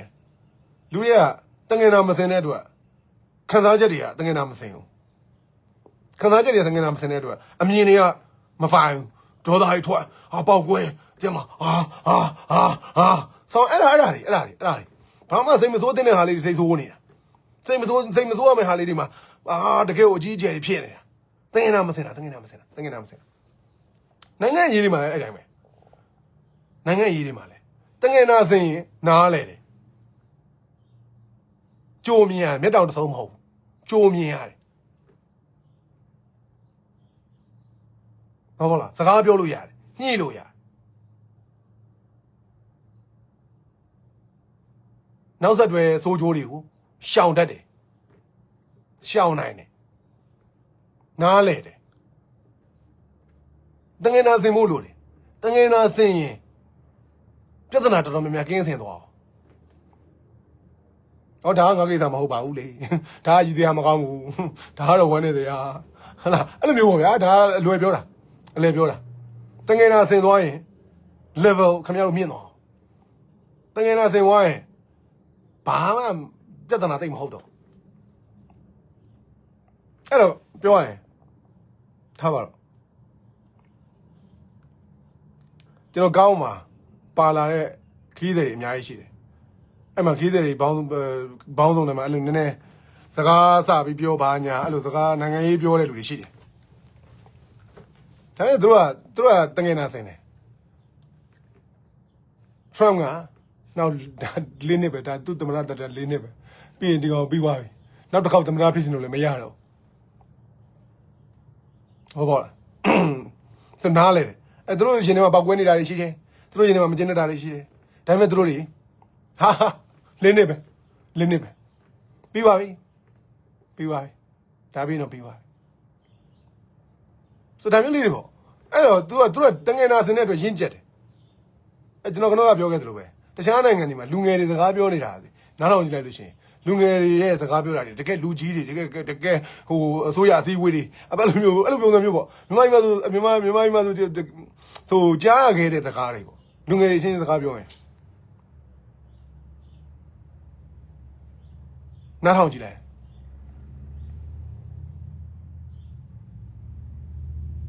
သူ့ရွယ်နဲ့သူရင်းချက်လာမှာ तू ကကြီးလာလို့ရှိရင်စောက်တလဲမလုပ်တော့တာငငယ်တော့မလုပ်ခဲ့ရတဲ့ကိစ္စတွေကိုအိမ်အောင်ကြပြီးမှတိမ်ကြုံပြီးလုပ်အဲ့လိုမျိုးတွေစောက်တလဲမဖြစ်တော့ဘူးဗျာပြောချင်တာငငယ်တွေကလွတ်လွတ်နေလာတဲ့လူတွေကအိမ်အောင်ကြပြီးသွားလဲလွတ်လွတ်နေတယ်ဒါပေမဲ့ငငယ်တော့လုပ်တဲ့ကိစ္စတွေကိုမလုပ်ချင်တော့ဘူးရင်းကျက်သွားတာအဲ့တော့တငယ်နာမစင်တဲ့လူဖွဲ့စည်းတဲ့မှာရင်းကျက်တဲ့လူတွေတငယ်နာစင်တဲ့လူတွေနေရထိုင်အမှန်တန်ခတ်တယ်ပြောရင်ဒုက္ခတွေပါရောက်တယ်တချို့ဆိုဘဝတွေပါပြတ်တယ်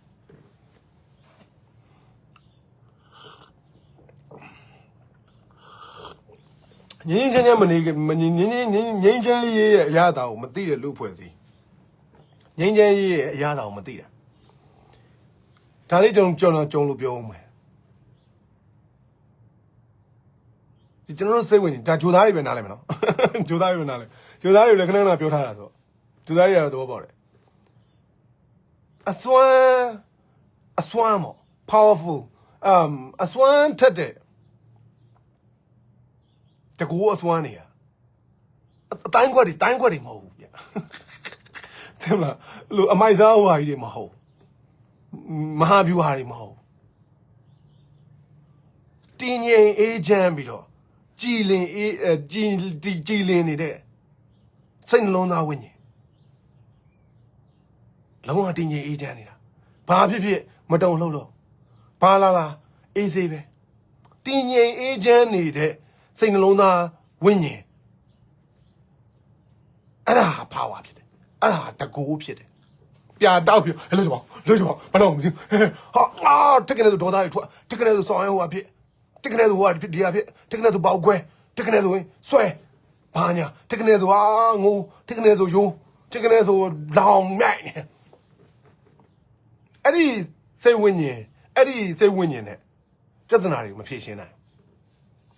ပြဿနာတွေပိုကြီးလာဝယ်ဘာလာအေးစေးပဲ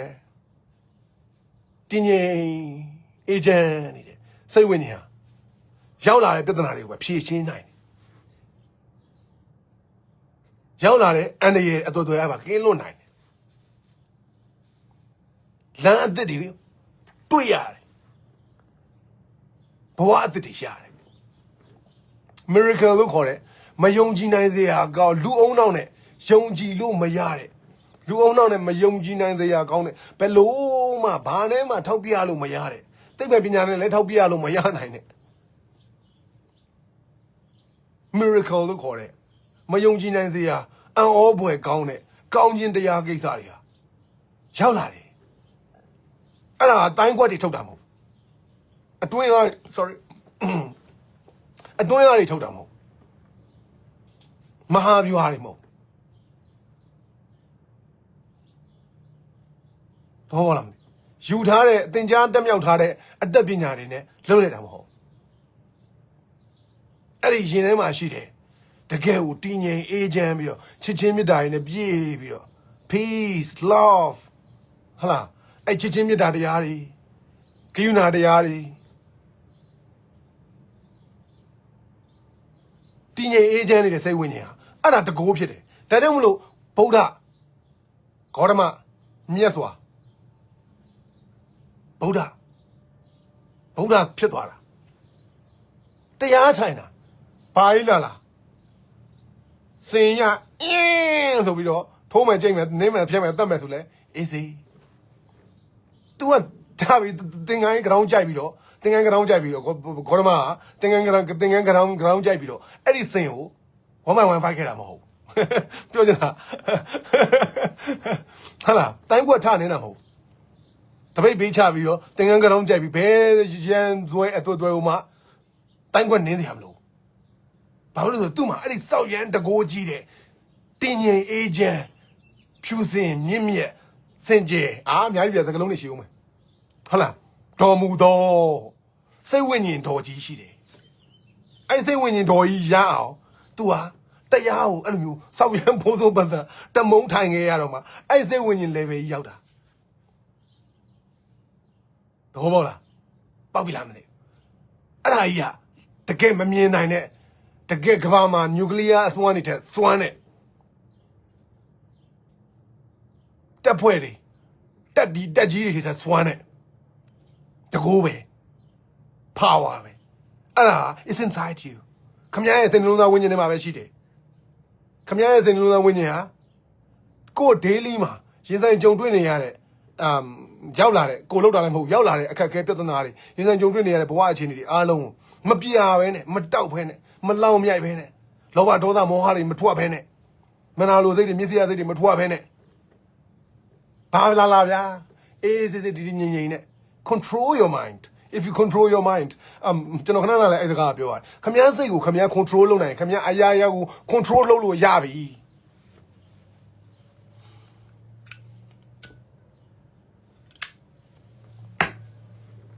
ခမည်းဘဝမှာကြုံတွေ့နေတဲ့ situation တွေအခြေအနေတွေခမည်း control မလုပ်နိုင်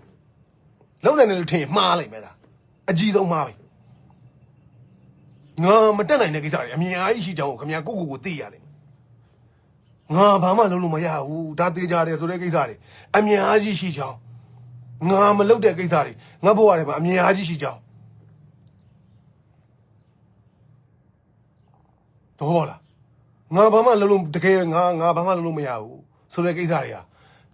ငါတို့လူသားဘဝမှာငါတို့လုပ်လို့မရတဲ့ကိစ္စတွေအများကြီးရှိကြောင်းကိုခင်ဗျာအရင်ဆုံးဝန်ခံရလိမ့်မယ်တော့ပေါ့လားအဲ့ဆိုရင်မြင်လာလိမ့်မယ်အဲ့ဆိုမြင်လာလိမ့်မယ်အဲ့ဒီစိတ်အဲ့တော့ပြောရရင်အဲ့ဒီကတော့ကစိတ်နှလုံးသားဝိညာဉ် ဖြူစင်တန်ရှင်းစင်ကြယ်မြင့်မြတ်တဲ့စိတ်ဝိညာဉ်အဲ့ဒီ spirit ခမရရဲ့အထဲမှာအချိန်တိုင်းကင်းအောင်နေရင်ခမရနေ့တူက daily ရင်ဆိုင်ဖြစ်တန်းနေရတဲ့အခက်အခဲတွေမှာပါအချိန်တွေပြောင်းသွားတာခမရထင်တယ်လို့မစိုးတော့တာခမရထင်တဲ့အဆိုးတွေခမရမှာရှိနေတဲ့အဆိုးတွေလွင့်သွားတာပျောက်ွယ်သွားတာရောက်လာမယ်လို့ကျင်းသေးပေါက်တွက်ထားတဲ့အဆိုးတွေရောက်မလာတော့ငါလည်းဘာမှမလုပ်လိုက်ဘူးပြဿနာတွေပြေးလဲသွားတာငါလည်းဘာမှမလုပ်လိုက်ဘူးငါလည်းတိုင်းခွက်ထားမနေနိုင်ဘူးမြင်လားမသိဘူးမြင်လားမသိဘူးအဲ့ဒီစိတ်ဝိညာဉ်ကိုခင်ဗျားတို့ရစေချင်လို့ပေးနေတာကြားလာပြီအဲ့ဒီစိတ်ဝိညာဉ်ကြီးကအဲ့ဒါလက်နက်ဖြစ်တယ်တကိုးဖြစ်တယ်ပါဝါဖြစ်တယ်အဲ့ဒီစိတ်ဝိညာဉ်တကူတည်းသာလျင်အစွမ်းဆုံးပဲခင်ဗျာအဲ့တော့မြန်မာပြည်နဲ့ပတ်သက်လို့နိုင်ငံနဲ့ပတ်သက်ရင်လည်းအဲ့ဒါပဲအဲ့ဒီမရှိမဖြစ်လို့အပ်တဲ့အဲ့ဒီစိတ်ဝိညာဉ်တကယ်တည်ငြိမ်အေဂျင့်ဖြူစင်မြင့်မြတ်တဲ့ peace love ချစ်ချင်းမြတ်တာတရားတွေနဲ့တနာဂယုတန်ဂယုနာတရားတွေနဲ့ငြိမ်းချမ်းခြင်းတရားတွေနဲ့ကျန်တဲ့အချိန်တွေအားလုံး fuck it အဲ့ဒီစိတ်ဝိညာဉ်ရအောင်မွေးနိုင်ခင်ဗျားတို့နိုင်ငံတနိုင်ငံလုံးဆိုင်ရာကံကောင်းမှုတွေလာလိမ့်မယ်ခင်ဗျားတို့မှန်းလို့မရတဲ့ပြောင်းလဲသွားတဲ့အချိန်တွေလာလိမ့်မယ်ဘလို့မှမဖြစ်နိုင်ဘူးလို့ယူဆထားတဲ့ကောင်းခြင်းတရားတွေမြန်မာနိုင်ငံကိုကြာရောက်လာလိမ့်မယ်အချင်းတွေဖြစ်လာတာကိုတွေ့ရလိမ့်မယ်ဒါက personal တယောက်ချင်းစီကနေစပြီးတော့ကျွန်တော်နိုင်ငံအထိပြောသွားတာမယုံဘူးမြန်မာပြည်လူတွေမယုံဘူးကျွန်တော်သိတယ်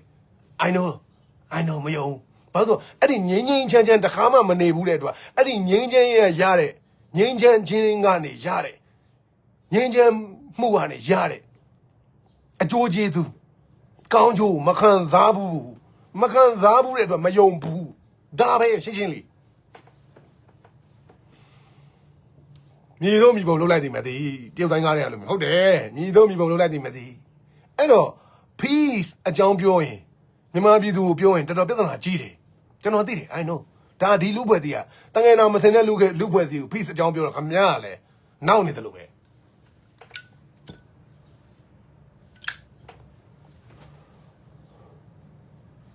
တငယ်နာမစင်တဲ့လူဖွဲ့စီက peace ကိုမယုံဘူးလက်မခံဘူးမကြိုက်ဘူးရှင်းလားကျွန်တော်သိတယ်ဒါပဲပြောမှာပဲနားတွေပိတ်ထားလဲပြောမှာပဲကြောက်ပြောမှာပဲပြောနေရမှာကျွန်တော်ရဲ့သမိုင်းပိတ်တာကိုပြောမှာမပူနဲ့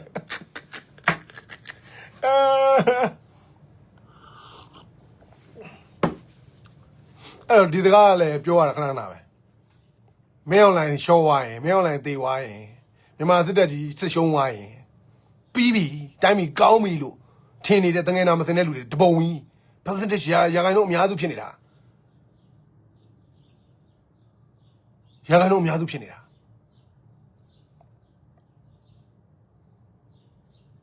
မှတ်တာလက်နက်အင်အားပေါ့လက်နက်အင်အားနဲ့အင်အားသုံးပြီးတော့လက်ယုံရည်ပေါ့လက်ယုံရည်ကျွန်တော်ကတော့ပြောစကားလေးကြံခဲ့လို့ခင်ဗျားတို့မိသားစုတွေမှာအမျိုးတွေမှာအငယ်ဆုံး generation မျိုးဆက်ကိုအဲ့ဒီလက်ယုံရည်တဲ့နှလုံးရည်အားကောင်းအောင် train ပါဘာလို့နှလုံးရည်အားကောင်းရင်အဲ့ဒီကတော့ကျွန်တော်ပြောတဲ့အစွမ်းသက်တွေရလို့အဲ့တော့တငယ်နာမစင်တဲ့မြန်မာလူဖွဲ့စီကိုအရင်ဆုံးသူကအခြေခံလိုအပ်တာအဲ့ဒီ peace လိုအပ်တာအဲ့ဒီ peace ရှိလိုက်တာနဲ့နောက်က miracle လို့ပါကိုဆက်ဖြစ်လို့ရတယ်အဲ့ဒီ peace မရှိဘဲနဲ့ဘာမှဆက်ဖြစ်လို့မရဘူးသို့မဟုတ်အဲ့ဒီ peace မရှိဘဲနဲ့အဲ့ဒီကောင်းခြင်းတရားတွေလည်းမလာဘူးနားလို့မရဘူးပြောရင်တရားကျိုးနေတာကောင်းခြင်းတရားတွေကံကောင်းခြင်းတရားတွေမြန်မာပြည်သူတွေအပေါင်းရှိကိုစီးစင်းဖို့အတွက်အဲ့ဒီ peace ဆိုတဲ့ငြိမ်းချမ်းရေးတရားကြီးကျိုးနေတာအဲ့တော့ကောင်းခြင်းတရားတွေလာလို့မရဘူး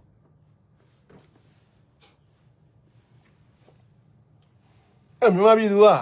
မင်းအွန်လိုင်းရှော့ဝိုင်းတိုင်းရွှေရှော့ဝိုင်းခင်းညွန့်ရှော့ဝိုင်းမြန်မာစစ်တပ်စစ်ရှုံးသွားရင်ပြီးပြီလို့ထင်တာမပြီးဘူးနေမြေပိုင်းခြားရေးကိစ္စတွေလည်းအများကြီးလူပေါင်းစုံပေါင်းစုနေထိုင်တာလက်နက်ကိုင်တပ်ဖွဲ့တွေလည်းနဲတာမဟုတ်ဘူးရာထောင်းချင်းနေပြီလက်နက်ကိုင်တပ်ဖွဲ့တွေလည်းရာထောင်းချင်းနေပြီတငယ်နာမစင်တဲ့လူတွေလက်ထက်မှာလည်းတနက်တွေရောက်နေပြီ ဟုတ်လားကျွန်တော်ပြောတဲ့စကားလွန်လာဒေါ်တင်ဝင်းကြီးလွတ်စမ်းမအောင်တငယ်နာမစင်တဲ့လူတွေလက်ထဲမှာလည်းတနက်တွေကရောက်နေတာစိတ်တန်ရာနဲ့လူတွေလက်ထဲမှာတနက်တွေရောက်နေတာခမရအန်ဒီရဲ့ဆောက်ရမ်းကြီးတာမလူဖွဲ့စေအန်ဒီရဲ့ဆောက်ရမ်းကြီးနေပြီရှင်းပြလို့မရဘူးနှစ်ထင်လာတစ်ပြီးတော့တနက်မောင်းကိုဆွဲလိုက်ပါ clock နဲ့ဟာ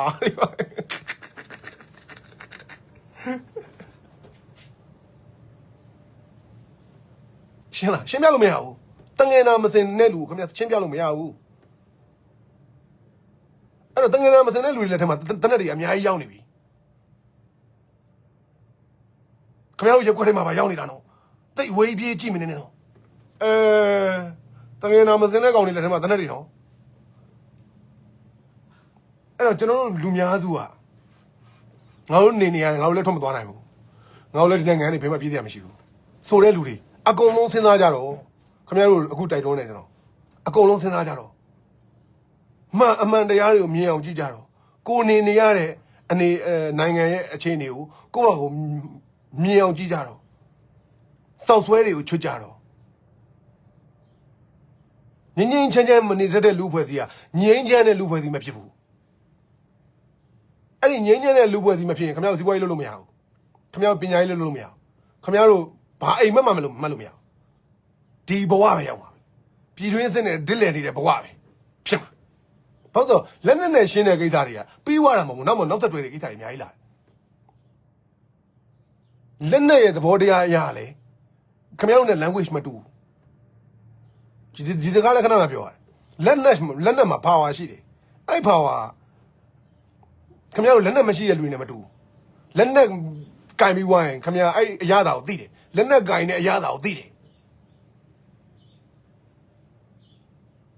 လက်နဲ့မရှိရင်မနေတတ်တော့တော့ပေါ့လားအဲ့တော့လက်နဲ့အဲ့တော့အင်အားကြီးတယ်လက်နဲ့ကြီးတယ်အင်အားကြီးတယ်လက်နဲ့ကြီးတယ်လက်နဲ့အမြဲတမ်းအနိုင်ယူလာတဲ့မြန်မာစစ်တပ်ဟာငြိမ်းချမ်းလားမြန်မာစစ်တပ်နိုင်လားမြန်မာစစ်တပ်သမိုင်းတစ်လျှောက်မှာမြန်မာစစ်တပ်သမိုင်းတစ်လျှောက်စစ်အုပ်စုသမိုင်းတစ်လျှောက်မှာစစ်အုပ်စုနိုင်လားသူလက်နဲ့အင်အားကြီးတာပဲငြိမ်းချမ်းလားပြဿနာတွေရှင်းသွားလားမြန်မာစစ်တပ်တစ်လုံးလက်နဲ့ရှင်းလာတာလေဘယ်ကိစ္စအောင်မဆိုနောက်ဆုံးအခုအာဏာသိမ်းနေလေလက်နဲ့ရှင်းတာပေါ့ခင်ဗျားတို့ရှင်းမှာအခုဖြစ်ရကိုကြည့်လေမြန်မာစစ်တပ်ကြီးနဲ့လက်နဲ့တွေအများကြီးနဲ့အာဏာသိမ်းနေပြစ်ခတ်ဖြည့်ရှင်းတယ်ပြည်လဲသွားလားအကြမ်းဖက်ပြစ်ခတ်ဖြည့်ရှင်းတယ်နှိမ်နှင်းတပ်ဖြတ်တယ်ပြည်လဲသွားလားပြဿနာမျက်မြင်ပဲ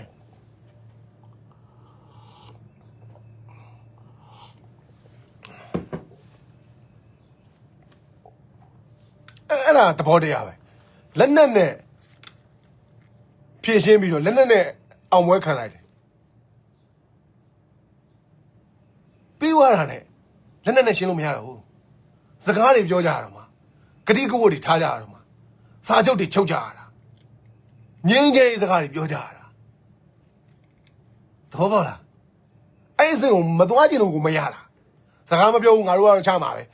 အေးမင်းလက်နဲ့လူလက်နဲ့အင်အားတောင်းတင်းလို့မင်းနိုင်တာထင်းခွင့်မကြုံရေခတ်ကြုံမဲ့သားကြီးလက်နဲ့ဖြည့်ရှင်းလိုက်တဲ့ကိစ္စတွေကတကယ်ပြည်လည်သွားတာမဟုတ်ဘူးဆိုတာကိုမြန်မာပြည်သူလူထုနားမလည်ဘူးဘာဖြစ်လို့ဆိုတော့မြန်မာပြည်သူလူထုက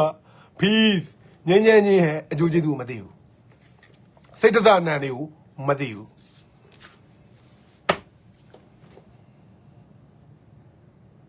ဟာလား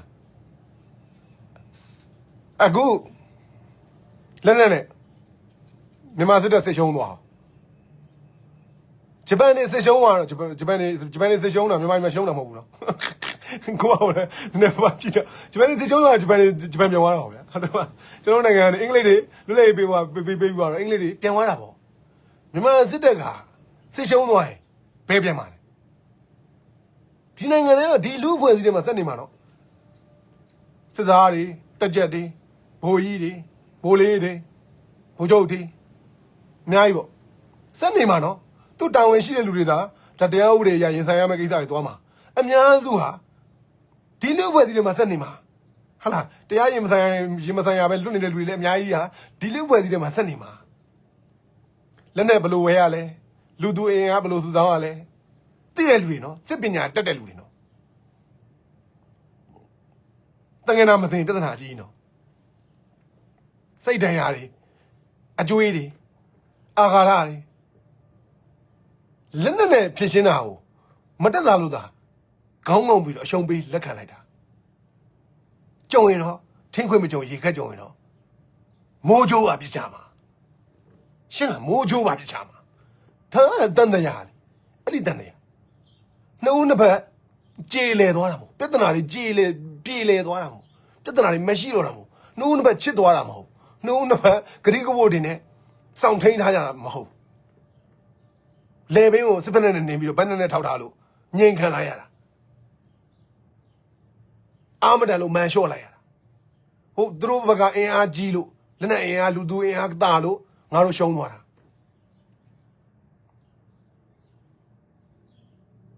အဲ့ရှုံးသွားတဲ့လူတွေကဂျပန်နေအင်္ဂလိပ်တွေလို့နေချမ်းမျက်နှာပြူအင်္ဂလိပ်တွေလို့ပြန်သွားမှာမဟုတ်ဘူးဂျပန်ငပုတ်တွေလို့ပြန်သွားမှာမဟုတ်ဘူးဒါခင်ဗျားတို့သမိုင်းစာအုပ်ထဲမှာရေးတဲ့စကားလုံးတိုင်းပြောတာပြန်သွားမှာမဟုတ်ဘူးတကယ်တော့မသိတဲ့လူတွေအဲ့ဒါနားမလဲဒီလူဖွဲ့စည်းတွေမှာဆက်ရှိနေမှာအဲ့ဒီရှုံးလို့မကြေနဲ့တဲ့လူတွေကဒီလူဖွဲ့စည်းတွေမှာဆက်ရှိနေမှာနော်အဲ့လေးမမင်းနဲ့နော်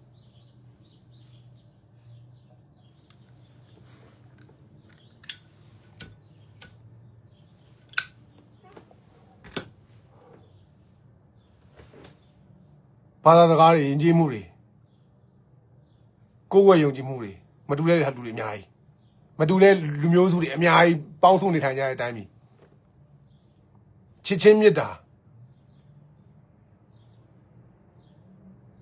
တခုတည်းနဲ့ပဲပေါင်းစည်းနိုင်မှာနားလဲချစ်ချင်းမြတ်တာရဲ့နောက်ွယ်မှာမှနောက်မှာနောက်ဆက်တွဲကိစ္စတွေနားလဲမှုတွေ respect လေးစားအပြန်အလှန်လေးစားမှုတွေအဓိက main ကချစ်ချင်းမြတ်တာအဲ့ဒီမတူတဲ့ဟာတွေချစ်ချင်းမြတ်တာနဲ့ပေါင်းစည်းနေထိုင်မှာပဲကြောက်တယောက်စိတ်အင်အားကြီးတဲ့လူကနိုင်ပြီးတော့အဲ့ဒါတကယ်ပေါင်းစည်းသွားတာမဟုတ်တချီချီမှာပြန်ချမှာစပက်တနာတက်မှာအဲ့မြန်မာပြည်မြေပုံအရာone way ပဲရှိတယ်အဲ့ဒါငါတို့မတူတာတွေအကုန်လုံးဘလို့ပေါင်းစည်းပြီးတော့ငင်းငင်းချင်းချင်းချစ်ချစ်ခင်ခင် peace love ငင်းငင်းချင်းချင်းချစ်ချစ်ခင်ခင်နဲ့နေကြမလဲဆိုတဲ့ဝေးရလွယ်လို့ငါတို့အုပ်စုကအင်အားကြီးရင်ငါတို့နိုင်မယ်အဲ့လိုစစ်အင်အားနဲ့ပေါ့စစ်အင်အားနဲ့တိထောက်လို့မရအဲ့ဒါပြဿနာတွေတကယ်မပြီးသွားခဏပဲခဏပြဿနာစိတ်တန်ရာတွေတကယ်ပြောင်းမသွားခဏပဲမြင်မိလားမသိဘူးစေတနာနဲ့ပြောနေတာအဲ့တော့ငါတို့ကတော့ဘာမှလုပ်လို့မရဘူးပေါင်းပြီးတော့လည်းနေကြရမှာပဲမနေလို့လည်းမရဘူးဒီနေရာမှာလူလာဖြစ်ကြတာမနေလို့မရဘူးငါတို့အားလုံးပေါင်းပြီးတော့ချစ်ချစ်ခင်ခင်နဲ့ပျော်ပျော်ရွှင်ရွှင်နဲ့အဓိကတော့ love ပေါ့အဲ့ဒီ love အဲ့ဒီချစ်ချင်းမြတ်တာတရားတွေနဲ့ one way ပဲအဲ့ချစ်ချင်းမြတ်တာတရား one way ရလို့တခြား way တွေအကုန်လုံးကနောက်ဆက်တွဲစောက်ပြဿနာတွေအများကြီးရှိတယ်အဲ့တော့ကျွန်တော်တို့မတူတာတွေအကုန်လုံးချစ်ချစ်ခင်ခင်နဲ့အချစ်ရှင်ရကျွန်တော်ကနောက်ကသူ့အတူကုန်ပြီးအဲ့ဒီ powerful တကယ် miracle မယုံကြည်နိုင်စရာကောင်းတဲ့ကောင်းကြီးတွေကိုဖန်ဆင်းနိုင်တဲ့ဘုရားသခင်လို့ကျွန်တော်တင်စားလို့လည်းရတယ်ဘုရားသခင်လို့တင်စားမယ်ဆိုလည်းတင်စားလို့ရတယ်အဲ့ဒီ love အဲ့ဒီချစ်ချင်းမြတ်တာတရားဘုရားသခင်ပဲအကုန်လုံးကိုလုံးနိုင်တယ်အကုန်လုံးကိုဖန်ဆင်းနိုင်တယ်